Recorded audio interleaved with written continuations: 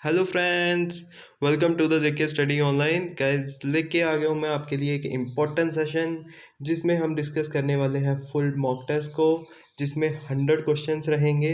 और गाइस, इन 100 क्वेश्चंस की जो वेटेज रहेगी वो मैं आपको बता देता हूँ।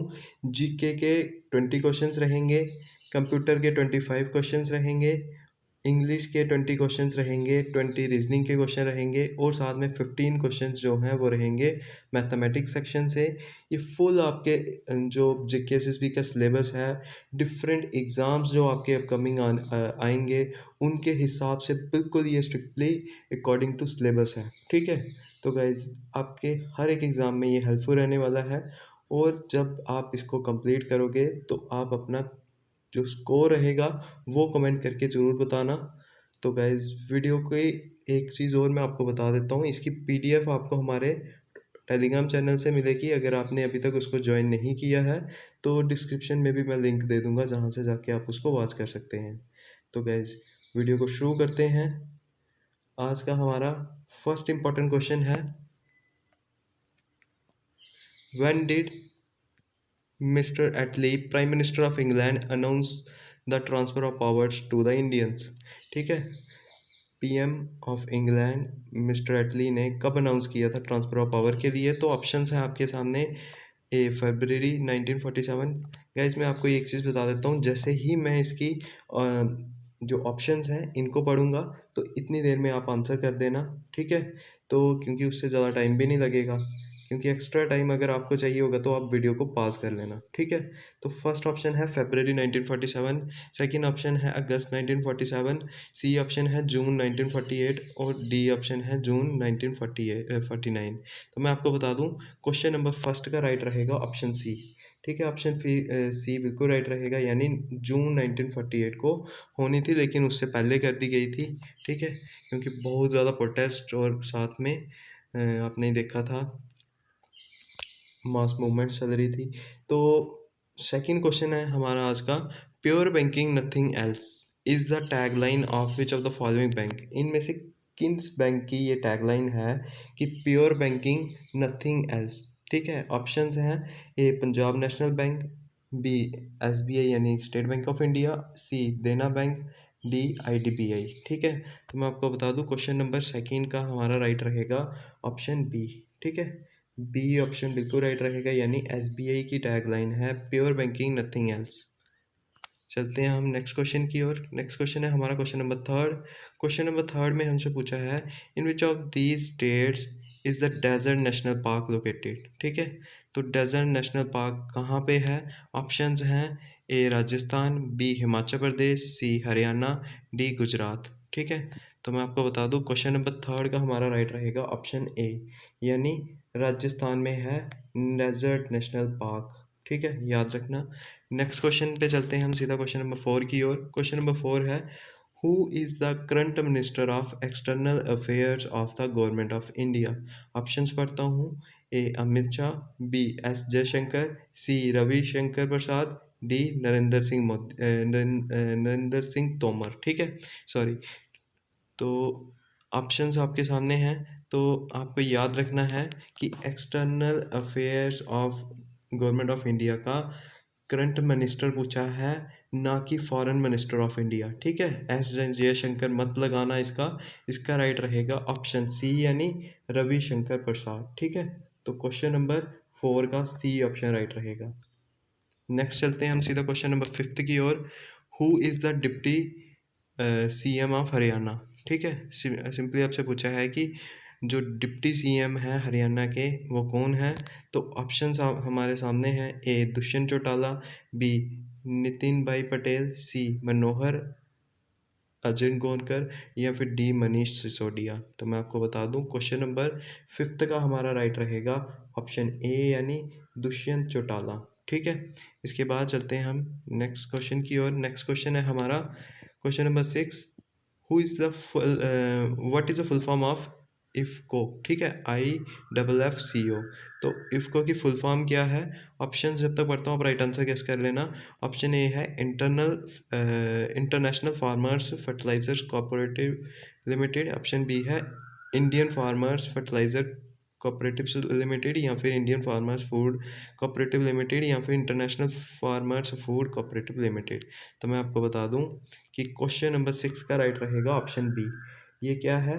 Indian farmers fertiliser cooperative limited, ठीक है, इफको। फिर इसके बाद चलते हैं हम नेक्स्ट क्वेश्चन की ओर। नेक्स्ट क्वेश्चन है क्वेश्चन नंबर 7 हमारा। क्वेश्चन नंबर 7 में हमसे पूछा है Wellington is the capital of which country. Wellington जो है वो किस कंट्री की कैपिटल है? तो ऑप्शन से जब तक पढ़ूंगा राइट आंसर गेस कर लेना। ऑप्शन ए है नीदरलैंड, बी कनाडा, सी ऑस्ट्रिया और डी न्यूजीलैंड। मैं आपको बता दूं मैंने गलती से इसको ऑस्ट्रिया पढ़ा, ये ऑस्ट्रिया नहीं ऑस्ट्रेलिया है। तो मैं आपको बता दूं क्वेश्चन नंबर 7 का राइट रहेगा ऑप्शन डी यानी न्यूजीलैंड, ठीक है, डी बिल्कुल राइट रहेगा। यानी न्यूजीलैंड की कैपिटल है वेलिंगटन। और ऑस्ट्रिया का नाम लिया तो ऑस्ट्रिया की कैपिटल कौन सी है ये आप गेस करके मुझे बताओगे, ठीक है। क्वेश्चन नंबर 8 का राइट क्वेश्चन नंबर 8 है who is the current governor of Rajasthan. जो राजस्थान के करंट अभी गवर्नर कौन है?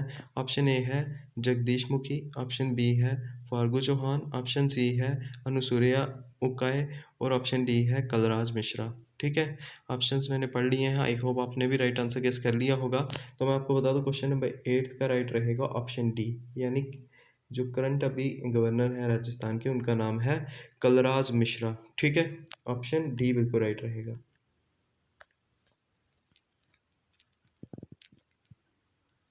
इसके बाद चलते हैं हम सीधा क्वेश्चन नंबर 9 की ओर। क्वेश्चन नंबर 9 है पंडोवा dam is based in which of the following states, या in which of the states, इनमें से कौन सी स्टेट में पंडो डैम है? तो ऑप्शंस हैं ए आंध्र प्रदेश, बी सिक्किम, सी हिमाचल प्रदेश, डी वेस्ट बंगाल। तो मैं आपको बता दूं क्वेश्चन नंबर 9 का राइट रहेगा ऑप्शन सी, यानी हिमाचल प्रदेश में है पंडोवा डैम, ठीक है, याद रखेंगे। फिर इसके बाद चलते हैं हम नेक्स्ट क्वेश्चन की ओर, क्वेश्चन नंबर 10 की ओर। क्वेश्चन नंबर 10 है the headquarter of food safety and standard authority of India FSSAI is based in which city. कौन सी सिटी में है food safety and standard authority of India का? ऑप्शंस हैं A Pune, B new Delhi, C Hyderabad, D Kolkata. I hope आपने right answers जो हैं वो गैस कर लिए होंगे। तो फसाई यानी food safety and standard authority of India का जो हेड क्वार्टर है वो है न्यू दिल्ली में। तो ऑप्शन बी बिल्कुल राइट रहेगा, ठीक है। चलते हैं नेक्स्ट क्वेश्चन की ओर। क्वेश्चन नंबर 11 है हमारा आज का। India purchase Apache helicopters from which country, ठीक है। इसमें आपसे पूछा गया है कि जो अपाचे हेलीकॉप्टर्स थे वो इंडिया ने किस कंट्री से लिए थे। ऑप्शन ए है क्या रशिया से लिए थे, ऑप्शन बी है क्या यूनाइटेड स्टेट्स ऑफ अमेरिका से लिए थे, क्या फ्रांस से लिए थे, या फिर जर्मनी से लिए थे। तो मैं आपको बता दूं अपाचे जो हेलीकॉप्टर्स थे ये लिए थे यूएसए से इंडिया ने, ठीक है। तो ऑप्शन बी बिल्कुल राइट रहेगा, ठीक है। जहाँ तक बात है अगर आपसे पूछा जाएगा कि फ्रांस से क्या दिया था तो वो आपको सबको पता ही है, राफेल फाइटर जेट्स जो थे इंडिया ने वो लिए थे। और ये आपको ये भी बड़े बार एग्जाम्स में पूछा जाता है क्योंकि ये जीके का क्वेश्चन बन चुका है कि जो राफेल था वो फर्स्ट टाइम कौन से एयरबेस में उसने लैंड किया था। तो वो किया था अम्बाला एयरबेस में, ठीक है, ये भी याद रखना। इसके बाद चलते हैं हम सीधा क्वेश्चन नंबर 12 की ओर। क्वेश्चन नंबर 12 है the most profound influence on the drafting of Indian constitution was exercised by the, ठीक है। इनमें से जो ऑप्शंस 4 हैं किसका ज़्यादा इन्फ्लुएंस रहा था इंडियन कॉन्स्टिट्यूशन पर, ये पूछा गया है। ऑप्शन ए है यूएस कॉन्स्टिट्यूशन का, बी ब्रिटिश कॉन्स्टिट्यूशन का, सी गवर्नमेंट ऑफ इंडिया एक्ट 1935 का, या फिर D French ideas of liberty and fraternity का, ठीक है। मैं आपको बता दूं क्वेश्चन नंबर 12 का हमारा राइट रहेगा ऑप्शन सी, यानी 1935 का जो एक्ट था ना गवर्नमेंट ऑफ इंडिया एक्ट 1935, उसी का सबसे ज़्यादा इम्पैक्ट था, उसी से मैक्सिमम चीज़ें जो थी वो ली गई थी इंडियन कॉन्स्टिट्यूशन में। तो क्वेश्चन नंबर 12 का सी ऑप्शन बिल्कुल राइट रहेगा। चलते हैं नेक्स्ट क्वेश्चन की ओर। क्वेश्चन नंबर 13 में हमें हमसे पूछा गया है कि the design of national flag was adopted by the constituent assembly of India in. Simply आपसे पूछा है जो नेशनल फ्लैग का डिज़ाइन था वो कॉन्स्टिट्यूएंट असेंबली ने कब अडॉप्ट किया था। ऑप्शंस हैं जुलाई 1948, बी ऑप्शन है जुलाई 1950 और सी ऑप्शन है जुलाई 1947 और डी ऑप्शन है अगस्त 1947। तो मैं आपको बता दूं क्वेश्चन नंबर जो हमारा 13 है इसका राइट रहेगा ऑप्शन सी यानी जुलाई 1947। ठीक है, तो क्वेश्चन नंबर 13 का सी ऑप्शन राइट रहेगा। चलते हैं नेक्स्ट क्वेश्चन की ओर। Question number 14, which of the following prove to be the most short lived of all the British constitutional experiments in India. इनमें से कौन सा जो ब्रिटिशर्स का एक्सपेरिमेंट था जो सबसे कम टाइम तक रहा था। ठीक है, अगर आपने क्वेश्चन को समझ लिया तो ऑप्शंस पढ़ता हूँ। ऑप्शन ए है government of India act 1919, option B है इंडियन काउंसिल एक्ट 1909 और ऑप्शन सी है पिट्स इंडिया एक्ट 1784 और फिर ऑप्शन डी है गवर्नमेंट ऑफ इंडिया एक्ट 1935। ठीक है, तो आपने अगर इसका गैस कर दिया है राइट आंसर तो मैं आपको बता देता हूँ क्वेश्चन नंबर 14 का राइट रहेगा हमारा ऑप्शन बी यानी 1909 का इंडियन काउंसिल एक्ट था। उसी को बोला जाता है कि वो सबसे कम देर तक रहा था ब्रिटिशर्स का जो एक्सपेरिमेंट था, एक तरह से बोल सकते हैं हिंदू मुस्लिम यूनिटी को डिवाइड करने का। ठीक है, तो बी ऑप्शन बिल्कुल राइट रहेगा क्वेश्चन नंबर 14 का। चलते हैं नेक्स्ट क्वेश्चन की ओर। क्वेश्चन नंबर 15 है which one of the following acts formally known as Morley Minto reforms.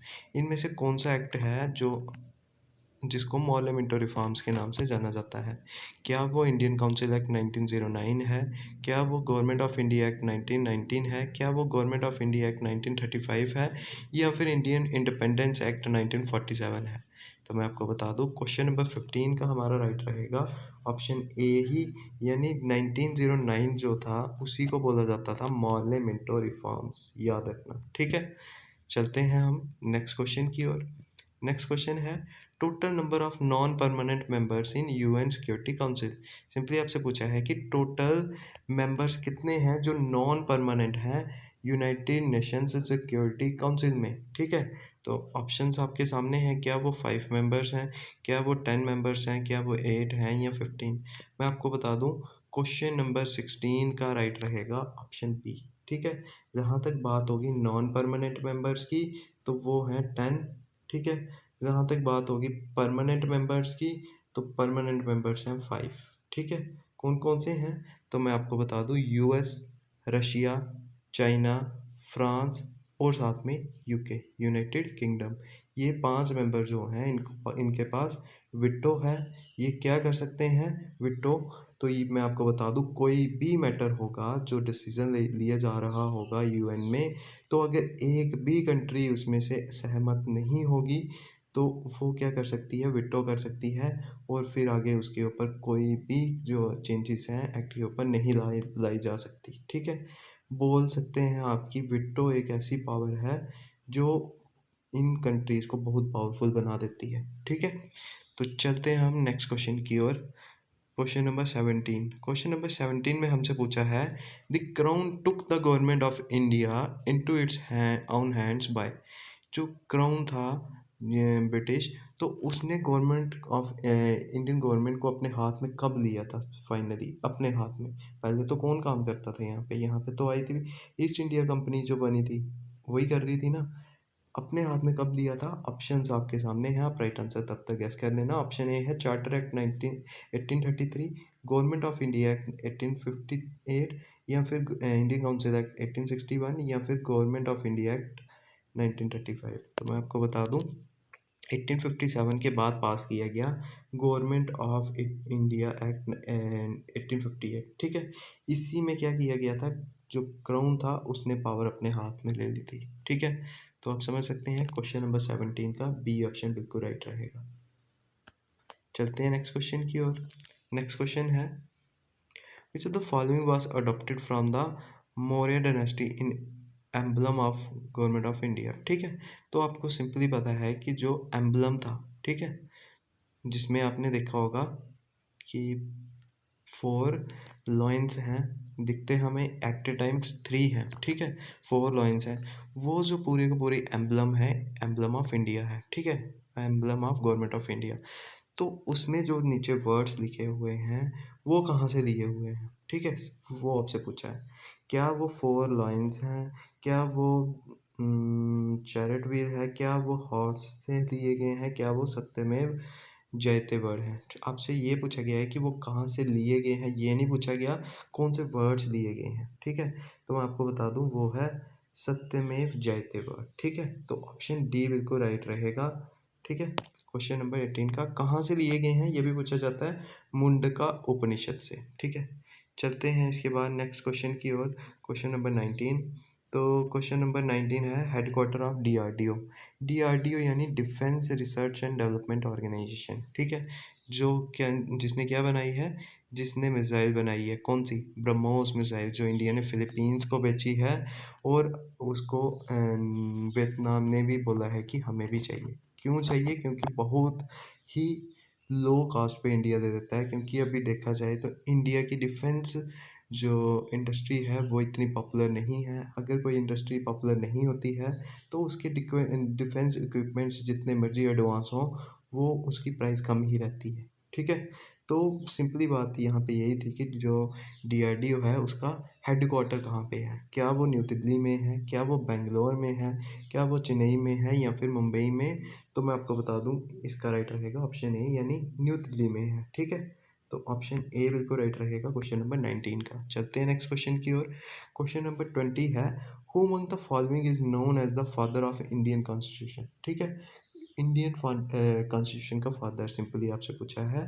तो ऑप्शंस आपके सामने हैं, क्या वो डॉक्टर भीमराव अंबेडकर जी हैं? क्या वो महात्मा गांधी जी हैं? क्या वो जवाहरलाल नेहरू जी हैं या फिर सरदार वल्लभ भाई पटेल जी हैं? तो मैं आपको बता दूं क्वेश्चन नंबर 20 का राइट रहेगा ऑप्शन ए, ठीक है?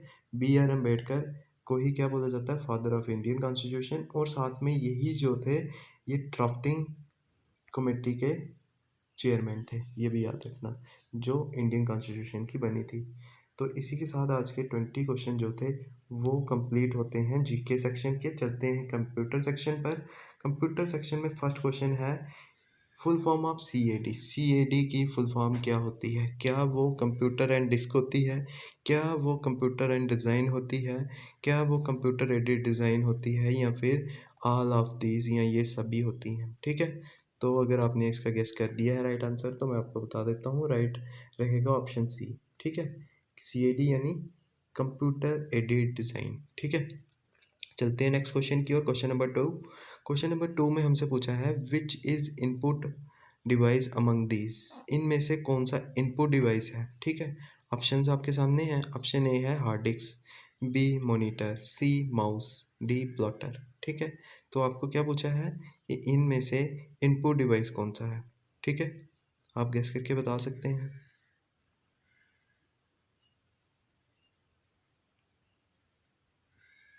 आई होप आपने राइट आंसर गेस कर लिया होगा। तो मैं आपको बता दूं क्वेश्चन नंबर सेकंड जो है इसका राइट रहेगा ऑप्शन सी, ठीक है?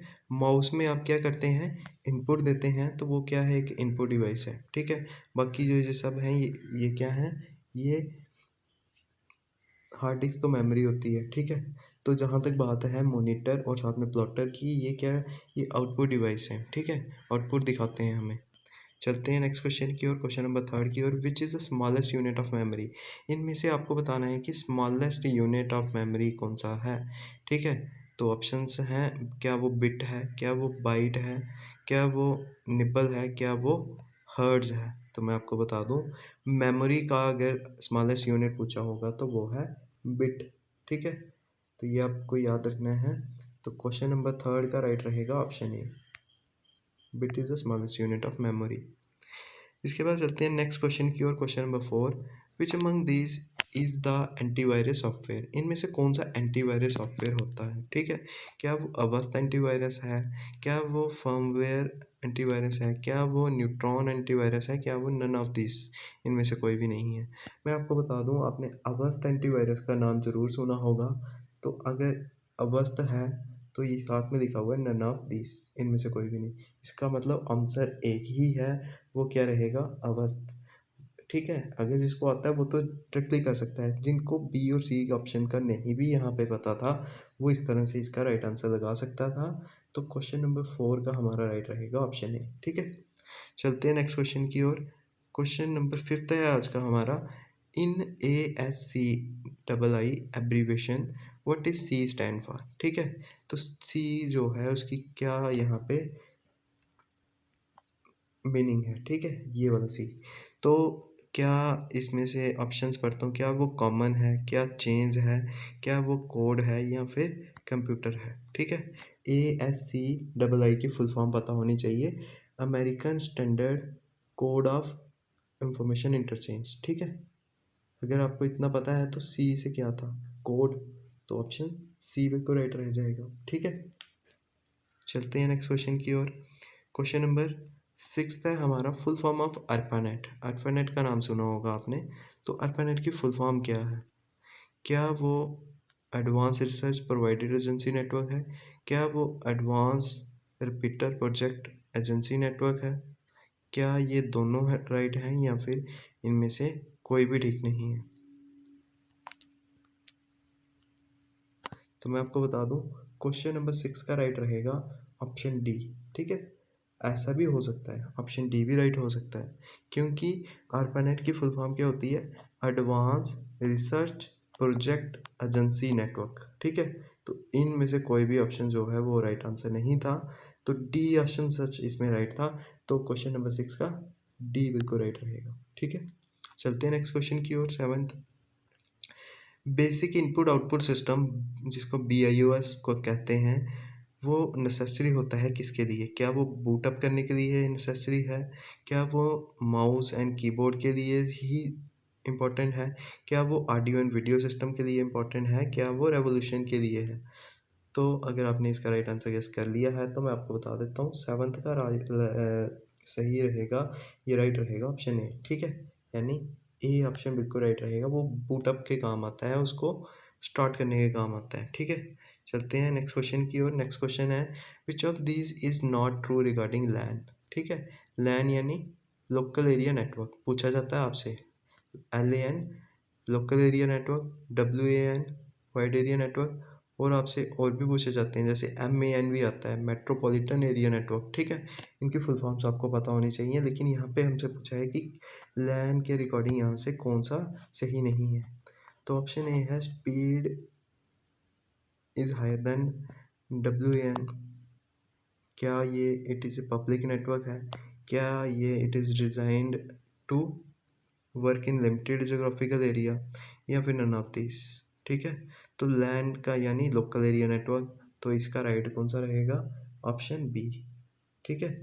It is a public network, ये कभी भी नहीं हो सकता है, क्या है ये, पब्लिक नेटवर्क जो है ये नहीं है, तो हमसे क्या पूछा है, नॉट ट्रू ही पूछा है, तो हम बी ऑप्शन को राइट लगा देंगे, तो 8th का बी ऑप्शन बिल्कुल ठीक हो जाएगा, ठीक है?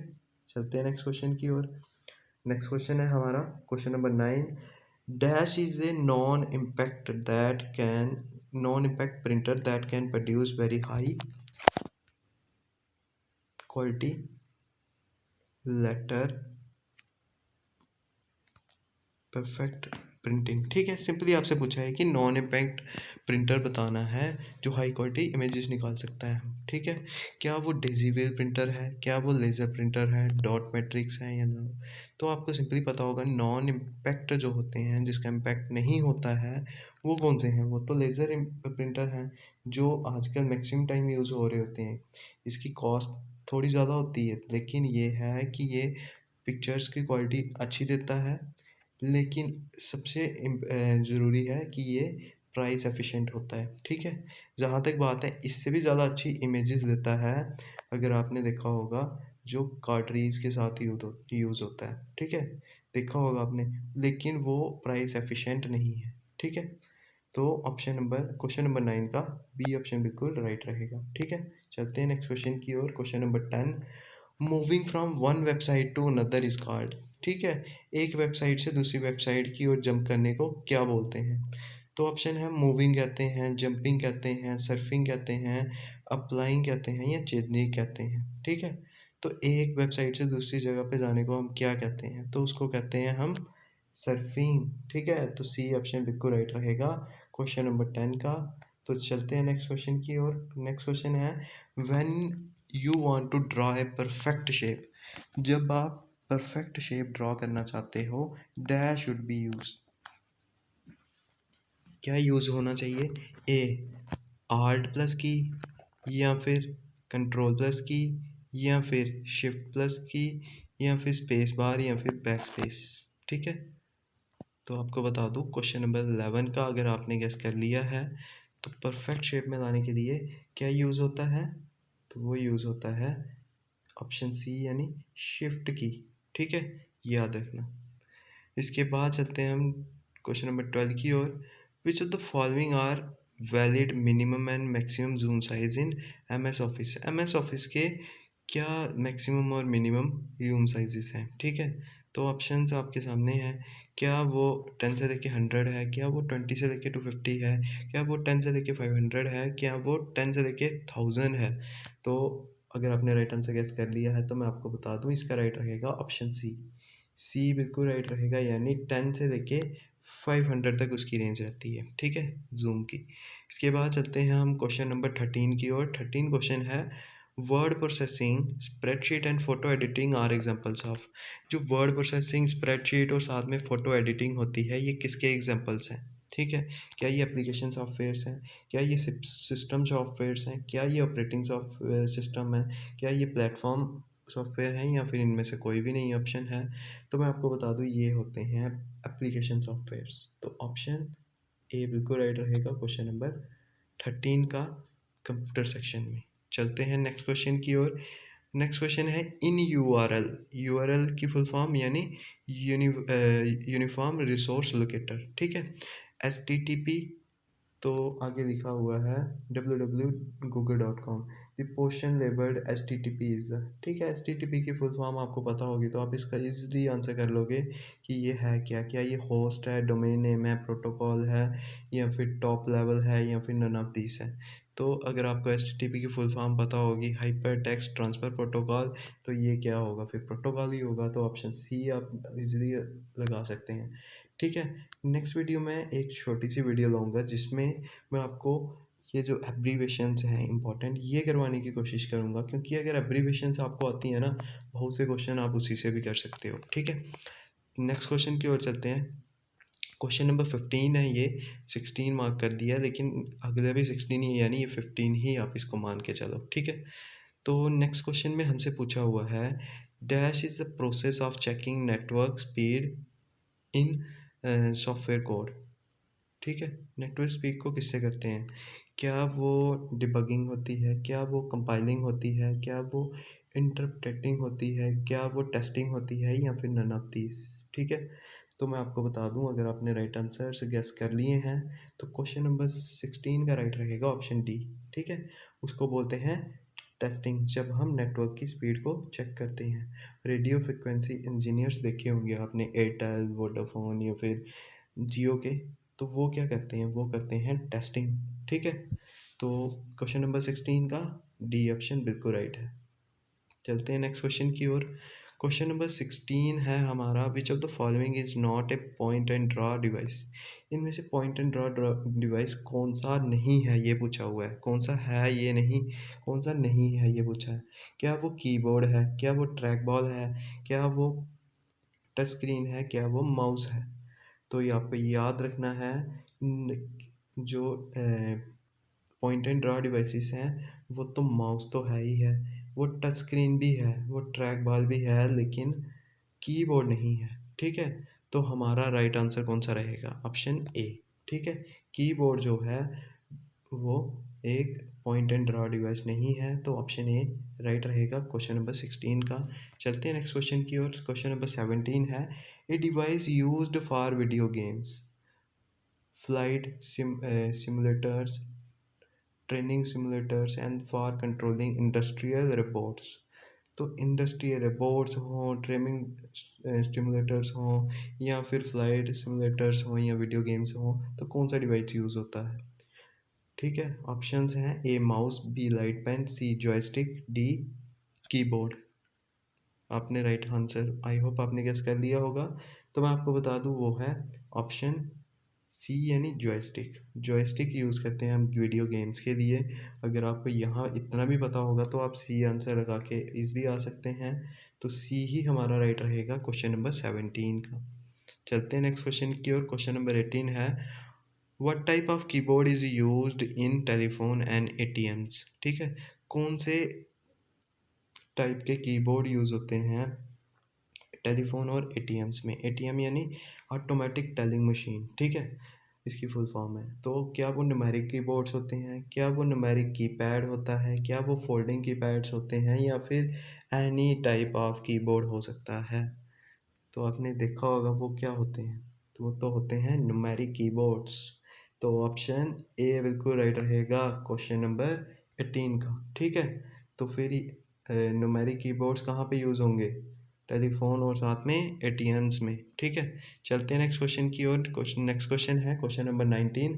Among the options which of the following computer input device enable video conference, इनमें से कौन सा ऐसा है जो इनेबल करता है वीडियो कॉन्फ्रेंसिस। सिंपली आपको ये याद रखना है। ऑप्शन ए है माइक्रोफोन, बी डिजिटल कैमरा, सी वीडियो रिकॉग्निशन, डी है वेबकैम।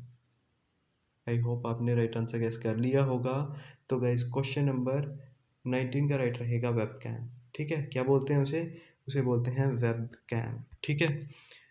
चलते हैं नेक्स्ट क्वेश्चन की ओर। नेक्स्ट क्वेश्चन है question number 20। Which among the following is the most common device that accepts letters, numbers and commands from A user. आपको एक ऐसा device बताना है जो मोस्ट कॉमनली यूज़ होता है एक्सेप्ट करने के लिए लेटर्स को, नंबर्स को या फिर कमांड्स को। तो ऑप्शंस हैं, A optical mouse, B sensitive screen और टच स्क्रीन, या फिर कीबोर्ड, या फिर डी यूएसबी। तो यूएसबी तो हो गया, मतलब जो हो ही नहीं सकता कभी, ठीक है। तो अगर आपकी फुल फॉर्म पूछी जाएगी यूएसबी की, वो मैं साथ साथ में आपको बताते चलूँगा। वो होती है यूनिवर्सल सीरियल बस, ठीक है, यूनिवर्सल सीरियल बस। तो इस क्वेश्चन का राइट रहेगा ऑप्शन सी। कीबोर्ड्स में आप कमांड्स देते हैं, आप क्या कर सकते हैं, लेटर्स को एक्सेप्ट करता है वो, नंबर्स को भी, ठीक है। तो क्वेश्चन नंबर 20 का सी ऑप्शन बिल्कुल राइट रहेगा। चलते हैं नेक्स्ट क्वेश्चन की ओर। नेक्स्ट क्वेश्चन है question number 20। What is the full form of CPU, CPU की फुल फॉर्म क्या है। सबसे इजी क्वेश्चन आपके लिए, ठीक है। तो क्या है सीपीयू की फुल फॉर्म, सिंपली बताता हूँ, ना ऑप्शंस पढ़ने की ज़रूरत है। सेंट्रल प्रोसेसिंग यूनिट, कौन सा ऑप्शन है, ऑप्शन नंबर सी। तो सेंट्रल प्रोसेसिंग यूनिट जो है वो सी ऑप्शन है। तो 21 का ऑप्शन सी ही राइट रहेगा, ठीक है। चलते हैं नेक्स्ट क्वेश्चन की ओर। 22। विच of the following language does the computer understand, कौन सी लैंग्वेज को कंप्यूटर अंडरस्टैंड करता है। क्या वो सी लैंग्वेज को करता है, क्या वो असेंबली लैंग्वेज को करता है, क्या वो बाइनरी लैंग्वेज को करता है, या फिर वो बेसिक लैंग्वेज को करता है, ठीक है। आप जल्दी से इसका राइट आंसर गेस कर लें। और मैं आपको बता दूं क्वेश्चन नंबर 22 का राइट रहेगा ऑप्शन सी। वो किसको करता है, बाइनरी लैंग्वेज को। वो सिर्फ ज़ीरो और वन को ही रीड कर पाता है, याद रखना, ठीक है। तो वो होते हैं बाइनरी लैंग्वेज में, ठीक है। चलते हैं नेक्स्ट क्वेश्चन की ओर। क्वेश्चन नंबर 23 है, which of the following is the brain of computer, इनमें से कौन सा है जिसको ब्रेन ऑफ कंप्यूटर बोलते हैं। क्या वो सीपीयू है, क्या वो मेमोरी है, क्या वो एएलयू है यानी अर्थमेटिक लॉजिक यूनिट है, क्या वो कंट्रोल यूनिट है।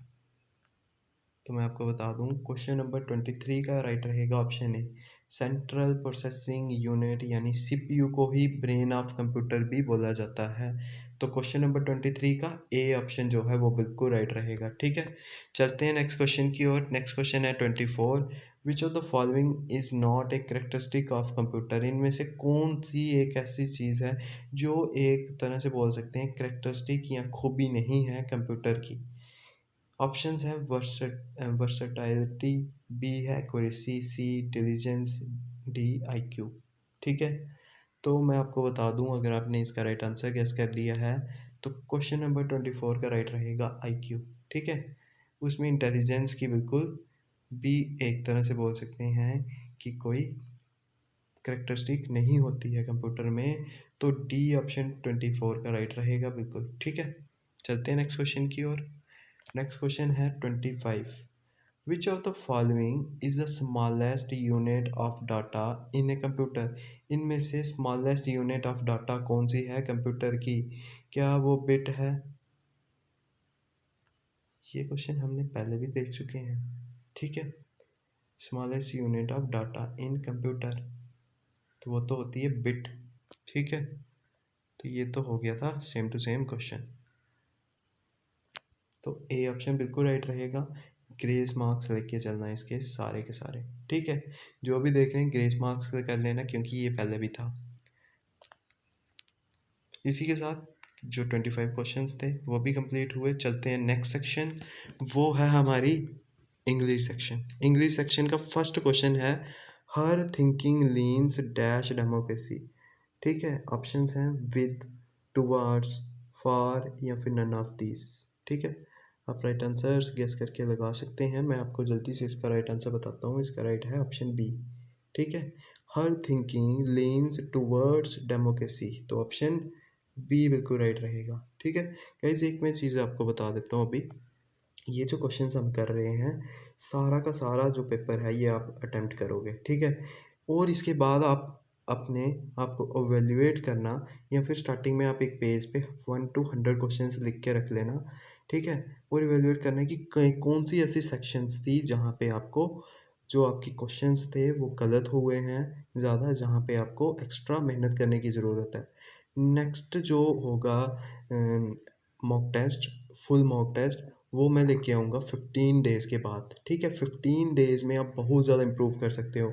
उन 15 डेज़ में मैं कंप्यूटर का, जीके का, रीजनिंग का, मैथ्स का डिफरेंट जो सेक्शनल मॉक्स जिसको आप बोल सकते हो वो लेके आऊँगा। उससे भी आप कर सकते हो।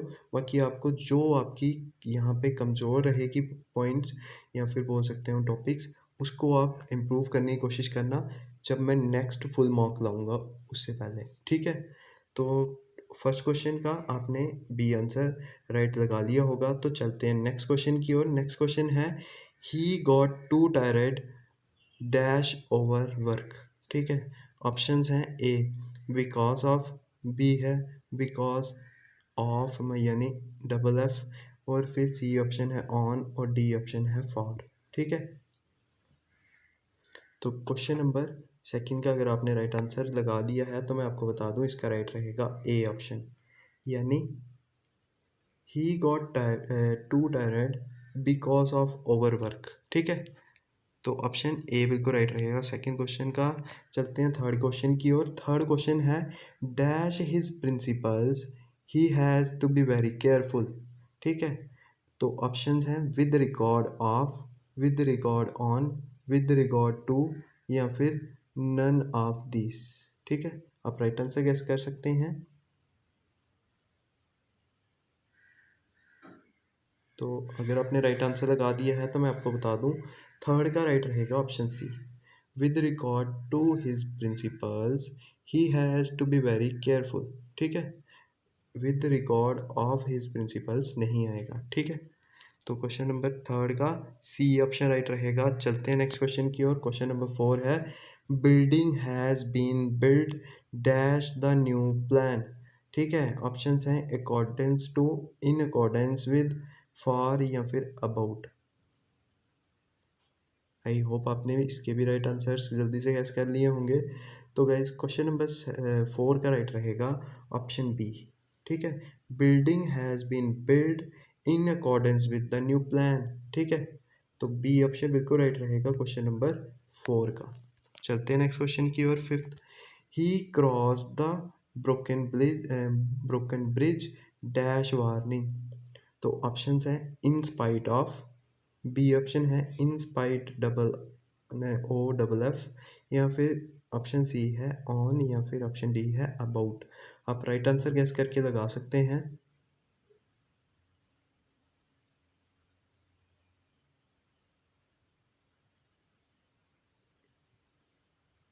तो क्वेश्चन नंबर फिफ्थ का राइट रहेगा ए ऑप्शन, यानी इन स्पाइट ऑफ।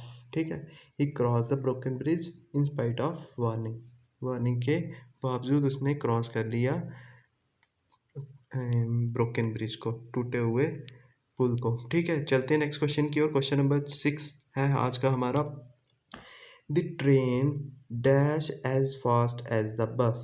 क्या वो वेंट आएगा, क्या वो रनिंग आएगा, क्या वो मूव्स आएगा, क्या वो गोइंग आएगा। ठीक है, जल्दी से गैस करके आप राइट आंसर गैस कर दो। मैं आपको इसका जल्दी से बता देता हूँ कि क्वेश्चन नंबर 6 का राइट रहेगा ऑप्शन सी। ठीक है, the train moves as fast as the bus. ठीक है, चलते हैं नेक्स्ट क्वेश्चन की ओर। नेक्स्ट क्वेश्चन है he was seen dash to the school. Options हैं वेंट, गोइंग, गॉन या फिर गो।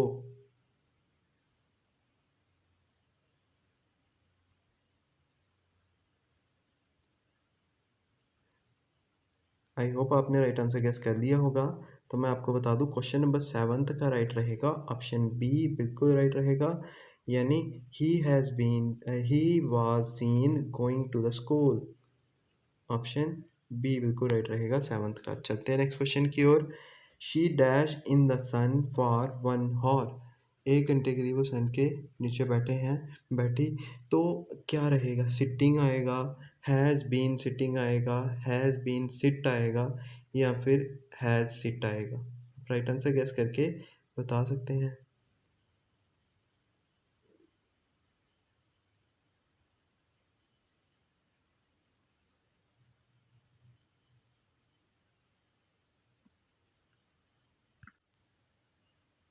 तो गाइज क्वेश्चन नंबर 8 का राइट रहेगा ऑप्शन बी, यानी she has been sitting in the sun for 1 hour. तो बी ऑप्शन बिल्कुल राइट रहेगा क्वेश्चन नंबर 8 का। चलते हैं नेक्स्ट क्वेश्चन की ओर। नेक्स्ट क्वेश्चन है dash it help you in your studies. Options है विल, बी ऑप्शन है वाज, सी ऑप्शन है इज और डी ऑप्शन है आर। आप राइट आंसर गेस करके बता सकते हैं। मैं आपको बता देता हूँ, इसका राइट रहेगा option A, will it help you in your studies. तो ऑप्शन ए जो है वो बिल्कुल राइट रहेगा। ठीक है, चलते हैं नेक्स्ट क्वेश्चन की ओर। नेक्स्ट क्वेश्चन है question number 10। I dash never seen such a picture before.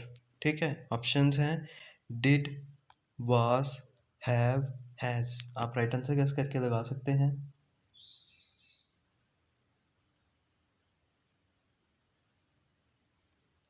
I hope आपने राइट आंसर गेस कर लिया होगा। तो मैं आपको बता दूं क्वेश्चन नंबर 10 का राइट रहेगा option C, I have never seen such a picture before. तो ऑप्शन सी बिल्कुल राइट रहेगा क्वेश्चन नंबर 10 का। चलते हैं नेक्स्ट क्वेश्चन की ओर। नेक्स्ट क्वेश्चंस में आपको याद रखना है जो 11 से लेकर 13 तक क्वेश्चंस हैं, इसमें रहेगा in questions choose a word opposite, opposite words बताने हैं आपको। ठीक है, फर्स्ट वर्ड जो है वो आपको मैं अंडरलाइन करके बता देता हूँ। फर्स्ट है जिनाइल। ठीक है, जिनाइल का आपको बताना है क्या स्टूपिड होता है अपोजिट, क्या स्टिंगी होता है, क्या बुरिश होता है या फिर होता है अनकाइंड। ठीक है, आप राइट आंसर गेस करके बता सकते हैं। मैं आपको बता देता हूँ जल्दी से, इसका ऑप्शन सी बिल्कुल राइट रहेगा यानी बुरिश। ठीक है, नेक्स्ट चलते हैं क्वेश्चन नंबर 12 की ओर। क्वेश्चन नंबर 12 में भी आपको सेम बताना है क्योंकि 11 से लेकर 13 तक क्वेश्चन रहने वाले हैं अपोजिट वर्ड्स, सिंपली आप समझ सकते हो। ठीक है, प्रिवेंट का आपको अपोजिट बताना है, क्या वो प्रोटेक्ट होता है, क्या वो ब्लॉक होता है, क्या वो हिंडर होता है या फिर इंड्यूस होता है। आई होप आपने राइट आंसर लगा दिए होंगे। तो मैं आपको बता देता हूँ क्वेश्चन नंबर 12 का राइट रहेगा ऑप्शन डी यानी इंड्यूस। ठीक है, 12 का डी ऑप्शन बिल्कुल राइट रहेगा। तो प्रोटेक्ट जो है ये तो बिल्कुल प्रिवेंट ही होता है। ठीक है, मीनिंग है अपोजिट वर्ड उसका इंड्यूस रहेगा। ठीक है, डिमोलिश का आपको अपोजिट बताना है। ठीक है, ऑप्शंस हैं ए shift, be build, C repeat, D hide. ठीक है, आई होप आपने राइट आंसर इसके भी लगा दिए होंगे। तो मैं आपको बता दूं क्वेश्चन नंबर 13 का बी ऑप्शन बिल्कुल राइट रहेगा, यानी डिमोलिश होता है कोई चीज़ को तोड़ना, गिराना। तो इसका बनेगा क्या, बिल्ड, बनाना कोई चीज़ को। ठीक है, तो ऑप्शन बी बिल्कुल राइट रहेगा क्वेश्चन नंबर 13 का। इसी के साथ जो थे अपोजिट वर्ड कंप्लीट हुए। अब है नेक्स्ट क्वेश्चन में the chairman is ill and we will have to dash the meeting for a few days. ठीक है, क्या इसमें पुट ऑन आएगा, क्या इसमें पुट ऑफ आएगा, क्या इसमें पुट अवे आएगा या फिर आएगा पुट ऑफ। आप राइट आंसर्स गेस कर सकते हैं। मैं आपको बता देता हूँ इसका राइट आंसर। तो क्वेश्चन नंबर 14 का डी ऑप्शन बिल्कुल राइट रहेगा, यानी the chairman is ill and we will have to put off. ठीक है, O double F, put off the meeting for a few days. ठीक है, चलते हैं नेक्स्ट क्वेश्चन की और 14 का डी ऑप्शन राइट है।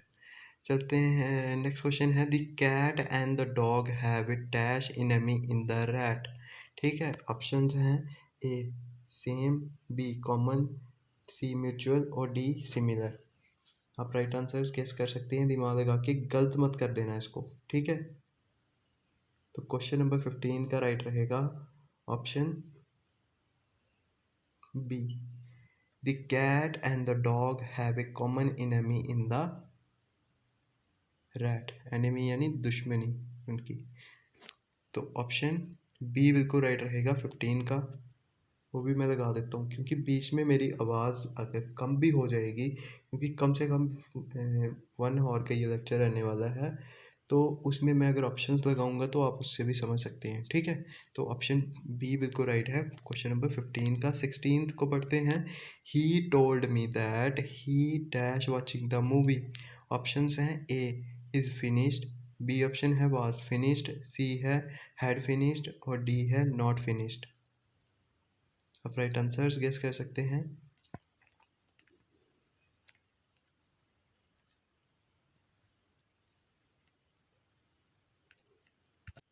तो गाइज मैं आपको बता दूं, क्वेश्चन नंबर 16 का राइट रहेगा ऑप्शन सी यानी हैड फिनिश्ड।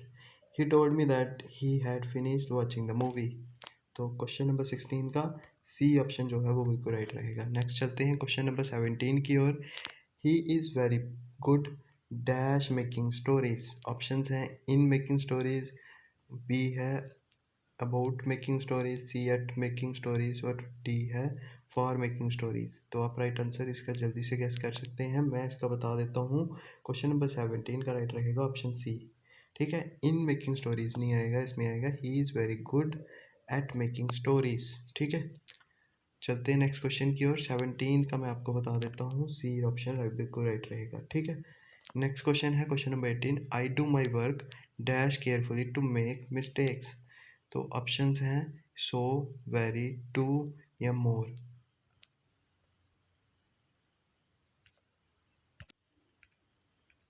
तो गाइस क्वेश्चन नंबर 18 का राइट रहेगा ऑप्शन सी।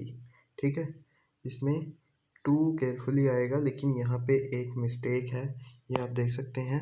तो क्वेश्चन नंबर 18 को भी आप एक तरह से ग्रेस मार्क समझ के, इसका अगर होता तो ऑप्शन सी होता, ठीक है, लेकिन यहाँ पे थोड़ी मिस्टेक है। चलते हैं नेक्स्ट क्वेश्चन की ओर। Question number 19। Find the error in sentence. इसमें से आपको एरर फाइंड करना है। सपोजिंग इफ ए, ठीक है, अब सिंपली आपको ए बताया हुआ है, बी सी और डी ऑप्शंस, ठीक है। तो इस सेंटेंस में आपको एरर फाइंड करना है। ऑप्शंस हैं ए है supposing if it rains what shall we do. ठीक है, कहाँ पे इसमें एरर है या अगर नहीं है तो ऑप्शन डी राइट रहेगा। तो मैं आपको बता दूं, क्वेश्चन नंबर 19 का ए ऑप्शन जो है वो बिल्कुल राइट है। ठीक है, नेक्स्ट है question number 20। Find the error the capital of Yemen is situated 2190 metres above the sea level. तो इसमें अगर आप देख सकते हो तो ऑप्शन बी जो है वो बिल्कुल राइट है, क्योंकि यहाँ पे एरर है, इज सिचुएटिंग नहीं आएगा, इज सिचुएटेड आता है। ठीक है, तो ऑप्शन बी बिल्कुल राइट रहेगा 20 का। तो इसी के साथ जो कंप्यूटर सेक्शन थी, इंग्लिश सेक्शन थी, वो भी कंप्लीट होती है। नेक्स्ट है अब रीजनिंग। रीजनिंग का फर्स्ट क्वेश्चन आपके सामने है। क्वेश्चन नंबर 1 है which will come next in the following series. ठीक है, जल्दी से मैं इसको भी करने की कोशिश करूँगा क्योंकि वीडियो ऑलरेडी 48 मिनट्स की हो चुकी है। तो अगर आपको ज़्यादा टाइम लगेगा तो आप गेस करके क्या उसको पास करके गेस कर सकते हैं, ठीक है। तो इसका ऑप्शन सी बिल्कुल राइट रहेगा। कैसे? क्योंकि 2 का स्क्वायर 4, 3 का स्क्वायर 9, 4 का स्क्वायर 16, 5 का 25 और 6 का 36। ठीक है, तो इसका सी ऑप्शन बिल्कुल राइट रहेगा। चलते हैं नेक्स्ट क्वेश्चन की ओर। क्वेश्चन नंबर 2 है which will come next in the following series. इसमें से जो सीरीज़ है नेक्स्ट कौन सा आएगा। ठीक है, ऑप्शंस हैं A9, B13, C11 और D44। मैं आपको बता दूं इसमें राइट रहेगा ऑप्शन बी। ठीक है, अगर आपको ज़्यादा टाइम लगता है तो आप इसको पॉज करके आंसर कर सकते हैं। मैं आपको बता दूं ये सारे के सारे 11 तक क्या थे, ये प्राइम नंबर्स थे।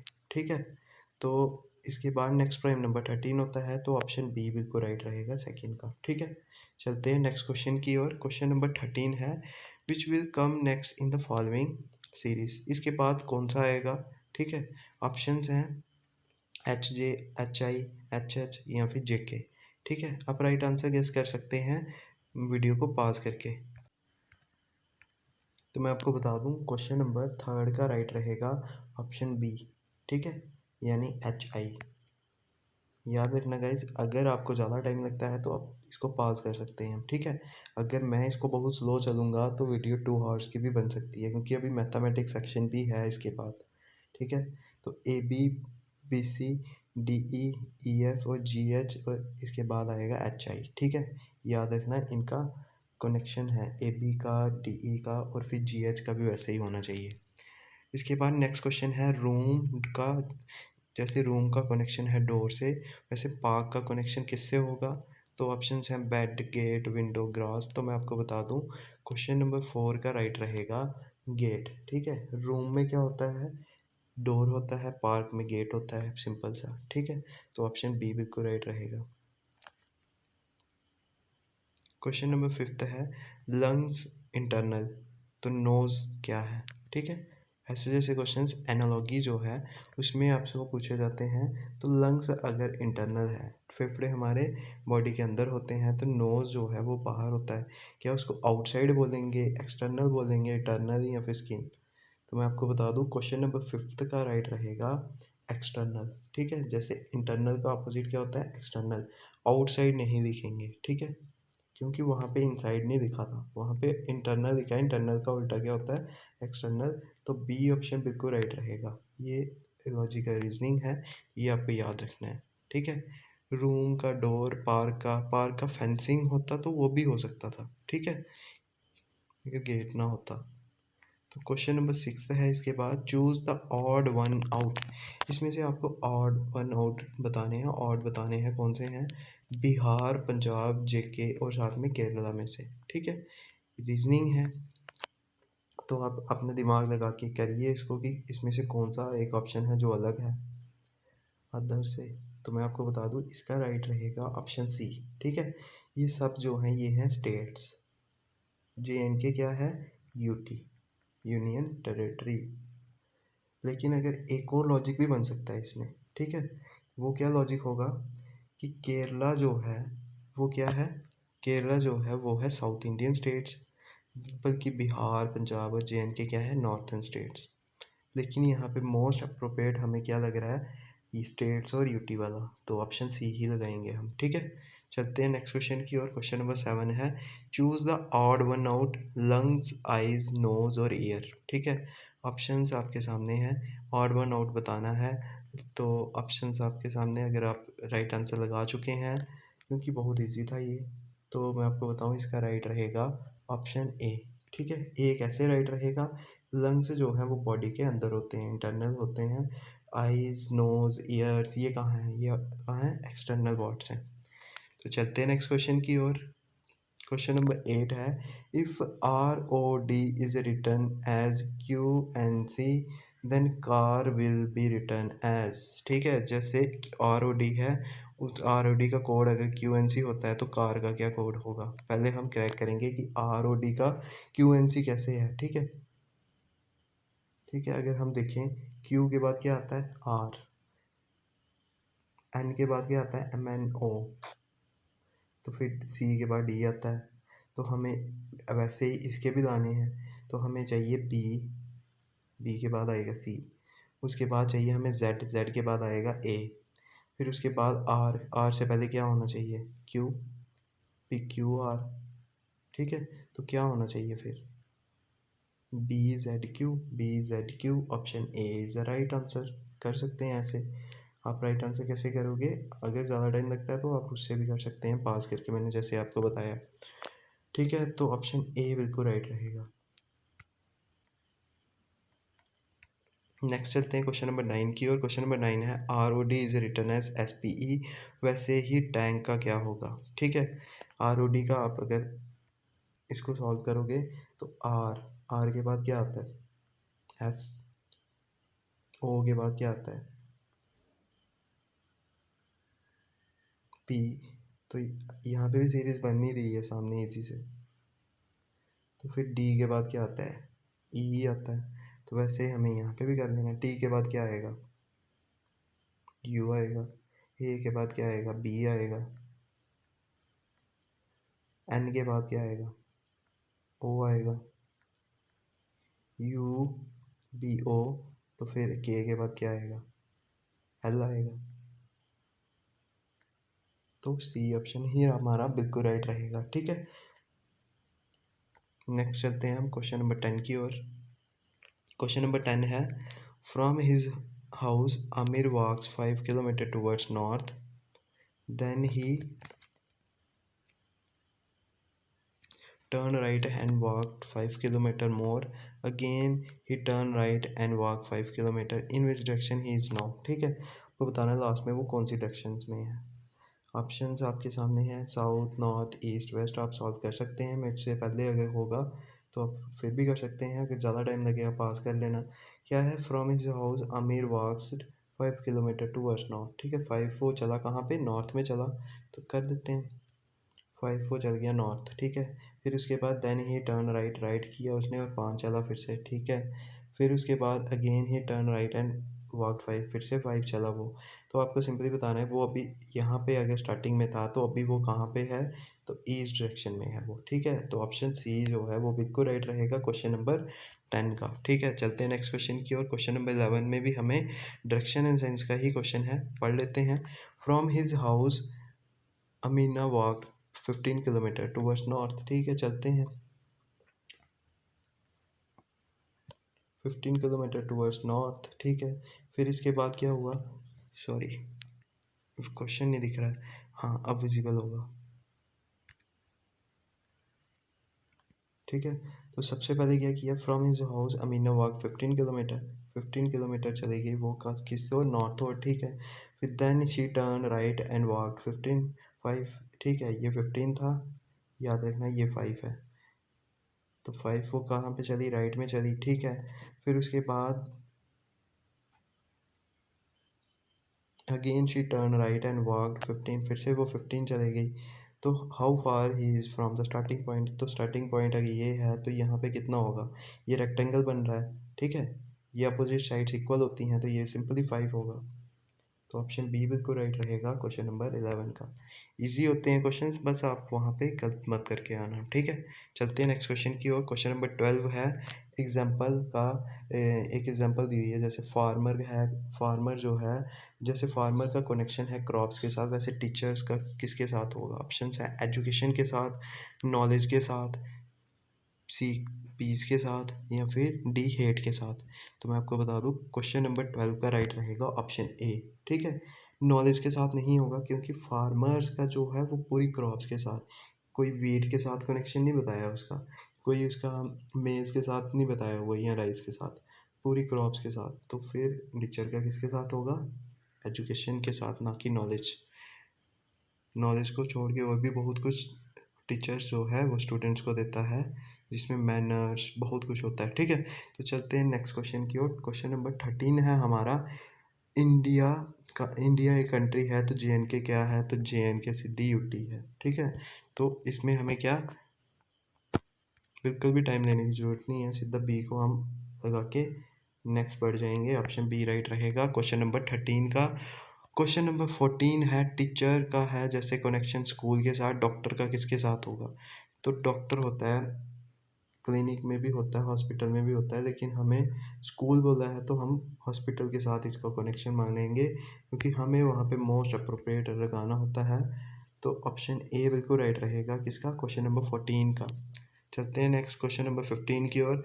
जैसे कैट का कनेक्शन है किटन के साथ, तो लाइन का किसके साथ होगा। ऑप्शंस हैं ए पिग, बी कब, सी लेपर्ड, डी हॉर्स। तो लाइन का किसके साथ होगा, ऑप्शन बी बिल्कुल राइट रहेगा क्वेश्चन नंबर 15 का। ठीक है, नेक्स्ट है क्वेश्चन नंबर 16। इसमें पूछा है pointing to a photograph of a boy, Suresh said, Suresh ने बोला he is a son of the only son of my mother, how is Suresh selected to that boy. ठीक है, तो वो सिंपली बोला हुआ है कि he is a son of only son of my mother, तो वो उसका क्या होगा, तो वो उसका सिंपली क्या होगा, अगर आपको ज़्यादा टाइम लगता है पास कर सकते हैं, मैं आपको बता देता हूँ 16 का राइट रहेगा डी ऑप्शन फादर। ठीक है, डी ऑप्शन बिल्कुल राइट रहेगा 16 का। चलते हैं नेक्स्ट क्वेश्चन की ओर। नेक्स्ट क्वेश्चन भी हमारा फिर से ब्लड रिलेशन से ही है।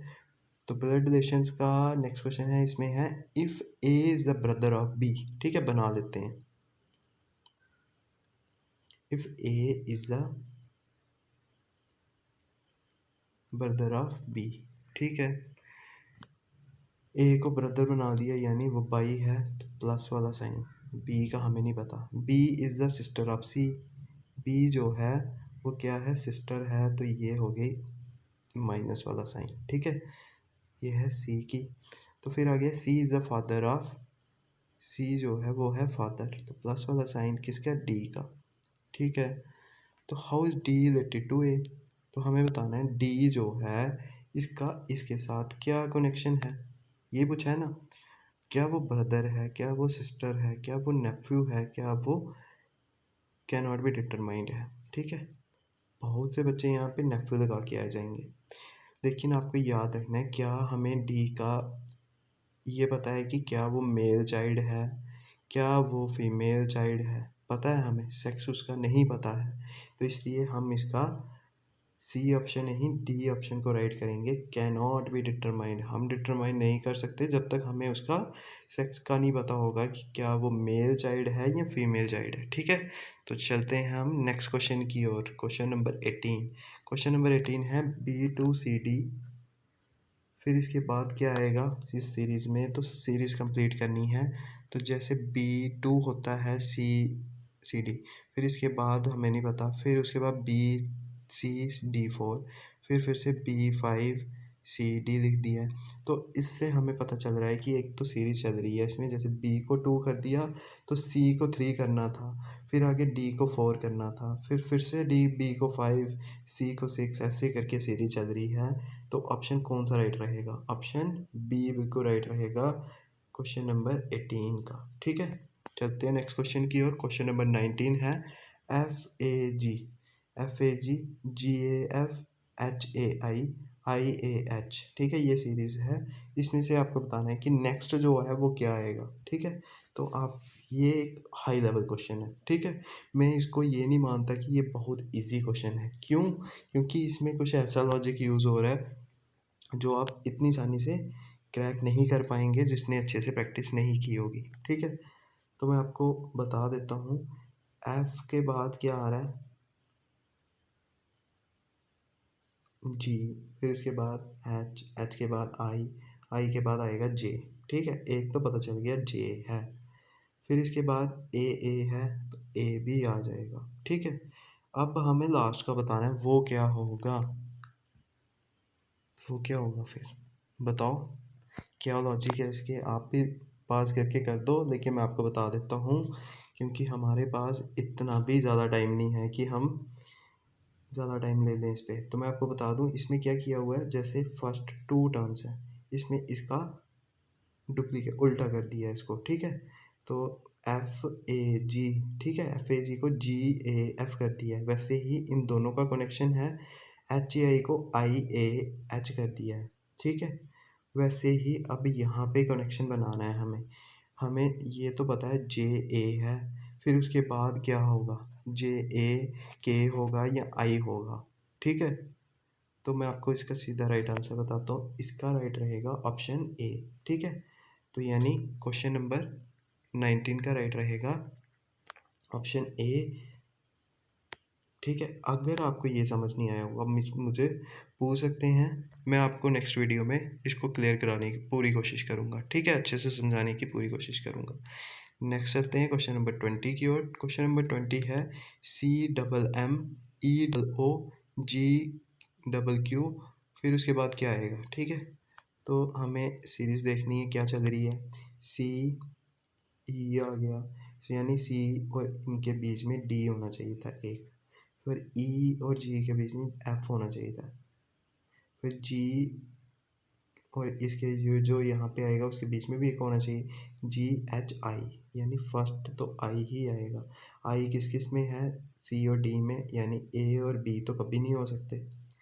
फिर इसके बाद नेक्स्ट देखते हैं, इसके बाद है एम, फिर ओ ओ क्यू क्यू, क्या समझ आ रहा है? एम के बाद एन आता है, उसको नहीं दिया, ओ दे दिया, एम एन ओ। फिर ओ के बाद ओ पी, पी को नहीं दिया, क्यू को दे दिया। क्यू के बाद क्या आएगा? P Q. आर की नहीं आएगा, एस एस आएगा। तो यानी एस एस सी ऑप्शन बिल्कुल राइट रहेगा। क्वेश्चन नंबर 20 का सी ऑप्शन बिल्कुल राइट रहेगा। ठीक है, चलते हैं नेक्स्ट क्वेश्चन। नेक्स्ट अब है मैथमेटिक्स सेक्शन। ठीक है, मैथमेटिक्स को अगर हम देखें तो मैथमेटिक्स हो या क्वांटिटेटिव एप्टीट्यूड हो, एक ही बात होती है। ठीक है, फर्स्ट क्वेश्चन है what is the average of first 5 multiples of 12। 12 के मल्टीपल्स बताने हैं हमें, फर्स्ट 5। ठीक है, मैथ्स को आप अगर फर्स्ट 5 मल्टीपल्स पूछे हैं तो आप इसको कैसे निकाल सकते हैं? आपको 12, 12 टू द 24, 12 थ्री द 36, 12 फोर द 48, 12 फाइव द 50, ऐसे करके करनी है। ठीक है, जो 5 मल्टीपल्स हैं ना 12 के, उनको सबको क्या करना है? उन सबको करना है प्लस, और डिवाइड करना है कितने से? 5 पूछे हैं तो 5 से डिवाइड करेंगे। तो जब उनको 5 से डिवाइड करेंगे तो क्या आएगा?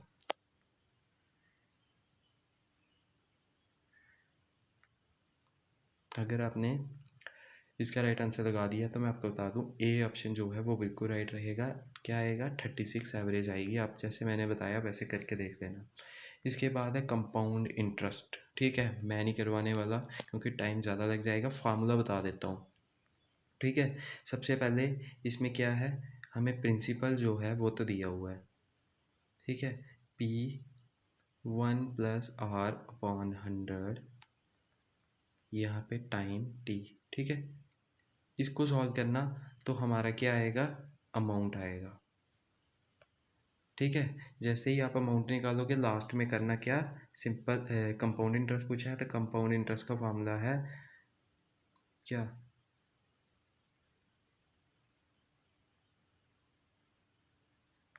अमाउंट में से प्रिंसिपल को माइनस करके जो भी आएगा वो आपका क्या होगा? Compound interest. ठीक है, ऐसे करके निकाल लेना। अगर नहीं आएगा तो नेक्स्ट वीडियो में इसके लिए अलग ले आऊँगा, लेकिन इसमें मैं इतना नहीं समझा पाऊँगा। ठीक है, क्योंकि वीडियो मैं बता दूँ आपको 1 और 7 मिनट्स की ऑलरेडी हो चुकी है। ठीक है, तो इसके बाद जो नेक्स्ट क्वेश्चन है इसमें पूछा है mother is twice age old age her son, तो if 20 years ago the age of mother was 10 times the age of the son, what is the present age of mother? तो ये edges में से है, तो इसका मैं आपको सीधा राइट आंसर बताता हूँ। इसका राइट है ऑप्शन डी, 45। ठीक है, 45 बिल्कुल राइट रहेगा। इजली है, कर सकते हैं अगर आपको ये क्वेश्चंस आपने पहले किए हुए हैं। ठीक है, ये है।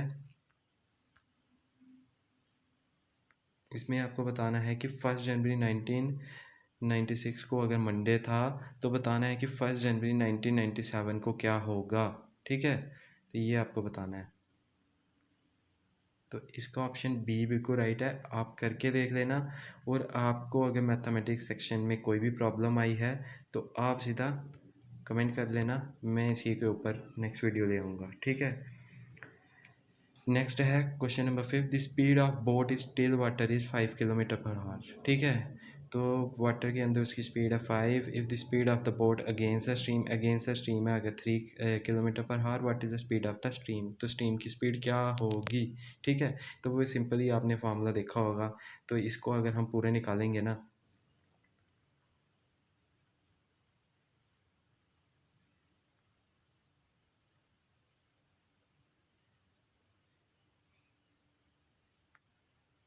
मैं आपको यहाँ पे निकाल के नहीं बताऊँगा, लेकिन आप देख लेना। लास्ट में आपको 5 में से 3 माइनस करने हैं और आपका इजीली इसका आंसर 2 किलोमीटर्स आ जाएगा। ठीक है, तो ऑप्शन बी बिल्कुल राइट है इसका। ठीक है, क्वेश्चन नंबर 5 का अगर प्रॉब्लम आएगी तो आप सीधा कमेंट करके मुझे बोल देना, मैं ले आऊँगा नेक्स्ट वीडियो। ये इजी है, ये आपको मैं सीधा बता देता हूँ। 40% ऑफ 280 पूछा हुआ है। ठीक है, तो क्या होते हैं वो? तो वो आप 40% निकाल के देख लेना। 40% कैसे निकालते हैं? जैसे 40/100 मल्टीप्लाई 280। ठीक है, इसको सॉल्व करके देख लेना। ये ज़ीरो से ये ज़ीरो, ये ज़ीरो से ये ज़ीरो, 28 को 4 से मल्टीप्लाई करके देख लेना, 112 आएगा। और इसी से आपका क्या आंसर निकल जाएगा? क्या? 112। ठीक है, ए आंसर बिल्कुल राइट रहेगा क्वेश्चन नंबर 6 का मैथ सेक्शन में। तो क्वेश्चन नंबर 7 है 45% ऑफ 90 का 45% निकालना है, वैसे ही सेम टू सेम 45/100 मल्टीप्लाई 90। ठीक है, ये कट गया, फिर 5 से काटोगे, 5 9 द 45, 5 2 द 10।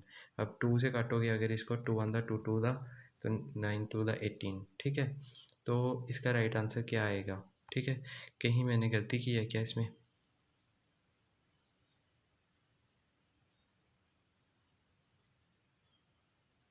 हाँ, यहाँ पे 90 था, मैं इसको 4 लेके चल रहा था। 2 से जब इसको करेंगे तो मैं आपको फिर से बता देता हूँ। लास्ट में आपको करना क्या है, 45/100 मल्टीप्लाई 90। ठीक है, ये निकालना है ना 45%।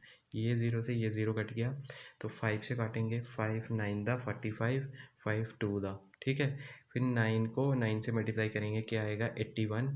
81 को 2 से डिवाइड करेंगे तो क्या आएगा 40.5। ठीक है, तो ऑप्शन बी बिल्कुल राइट रहेगा क्वेश्चन नंबर 7 का। ठीक है, बी बिल्कुल राइट रहेगा।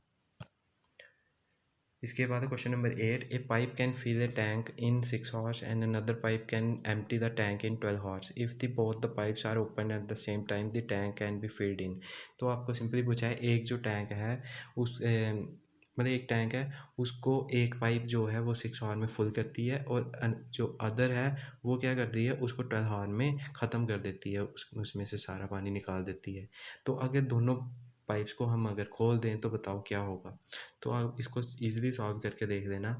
क्या होगा, 6 आवर में अगर वो फुल करती है तो 12 आवर में ये क्या करती है, उसको कम, मतलब इसकी स्पीड को आधी कर देगी। तो मिलके जब ये दोनों करेंगे तो आंसर आएगा 12 आवर्स। ठीक है, आप करके देख लेना, नहीं आएगा अगर आपका समझ तो आप बता देना मुझे।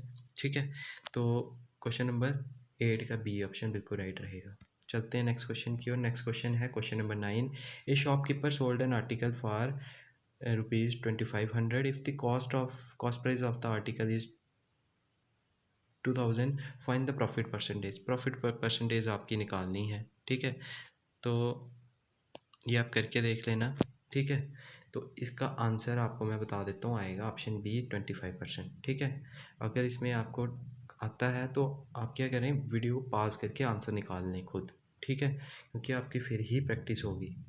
तो इसका आंसर क्या आएगा, इसका आंसर आएगा 25%। ठीक है, क्योंकि 500 एक्स्ट्रा लग रही हैं कितने पे, 2000 पे, तो फिर आप इजीली उसको निकाल सकते हैं। वो 2000 का जो 500 है वो कितना है, वो 25% है, सिंपल।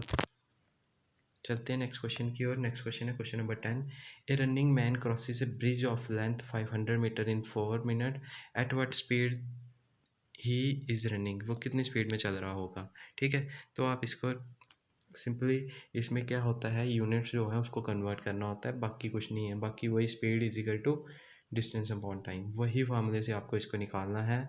और आप देख लेना, इसका राइट आएगा ऑप्शन बी। ठीक है, ऑप्शन बी राइट आएगा इसका।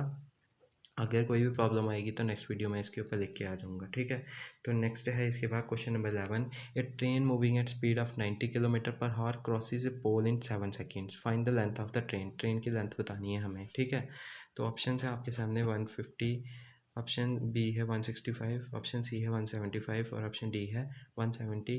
तो मैं आपको बता दूं, इसका राइट है ऑप्शन सी। ठीक है, 175 आपका राइट आंसर आएगा। तो सी ऑप्शन बिल्कुल राइट है क्वेश्चन नंबर 11 का। नेक्स्ट है इसके बाद क्वेश्चन नंबर 12 में अब आपसे सिंपली बॉर्ड मास आपने देखा होगा ना, बॉर्ड मास का क्वेश्चन है। सिंपली आपको मल्टीप्लाई प्लस करने हैं और इजीली आप इसका आंसर निकाल सकते हैं। तो अगर आप इसका आंसर निकाल चुके हैं तो ठीक है, नहीं तो मैं आपको आंसर बता देता हूँ, ऑप्शन बी बिल्कुल राइट रहेगा इसका। ठीक है, करना क्या है, 10 को 120 से मल्टीप्लाई करना है। सबसे पहले मल्टीप्लाई, फिर प्लस, फिर माइनस करना होता है इस क्वेश्चन के अकॉर्डिंग। ठीक है, बॉर्ड मास रूल के अकॉर्डिंग। तो 10 को 120 से करेंगे तो 120 आता है। 120 प्लस 5 कितने होते हैं, 125। 125 में से 9 जैसे ही माइनस करेंगे 116 आएगा। इसलिए बी ऑप्शन बिल्कुल राइट है क्वेश्चन नंबर 12 का। चलते हैं नेक्स्ट क्वेश्चन की ओर। क्वेश्चन नंबर 13 है, worker A completes a task in 8 days and worker B complete the same task in 10 days. If both A and B work together, in how many days they will complete the task? तो simply इसका trick होती है। ठीक है, 8 multiply 10 upon 8 plus 10। ठीक है। इसको आएगा 80, तो नीचे आएगा क्या 8 प्लस 10 को अगर प्लस करेंगे तो 18, 2 से डिवाइड करेंगे 240 दा, 2 9 दा, तो 40/9 बी ऑप्शन है। तो इस दिए हम करके वो कर लेंगे। ठीक है, तो क्वेश्चन नंबर 13 का बी ऑप्शन बिल्कुल राइट है। ठीक है, चलते हैं नेक्स्ट क्वेश्चन की ओर। क्वेश्चन नंबर 14 है ए 60 litre mixture of milk and water contains 40% water.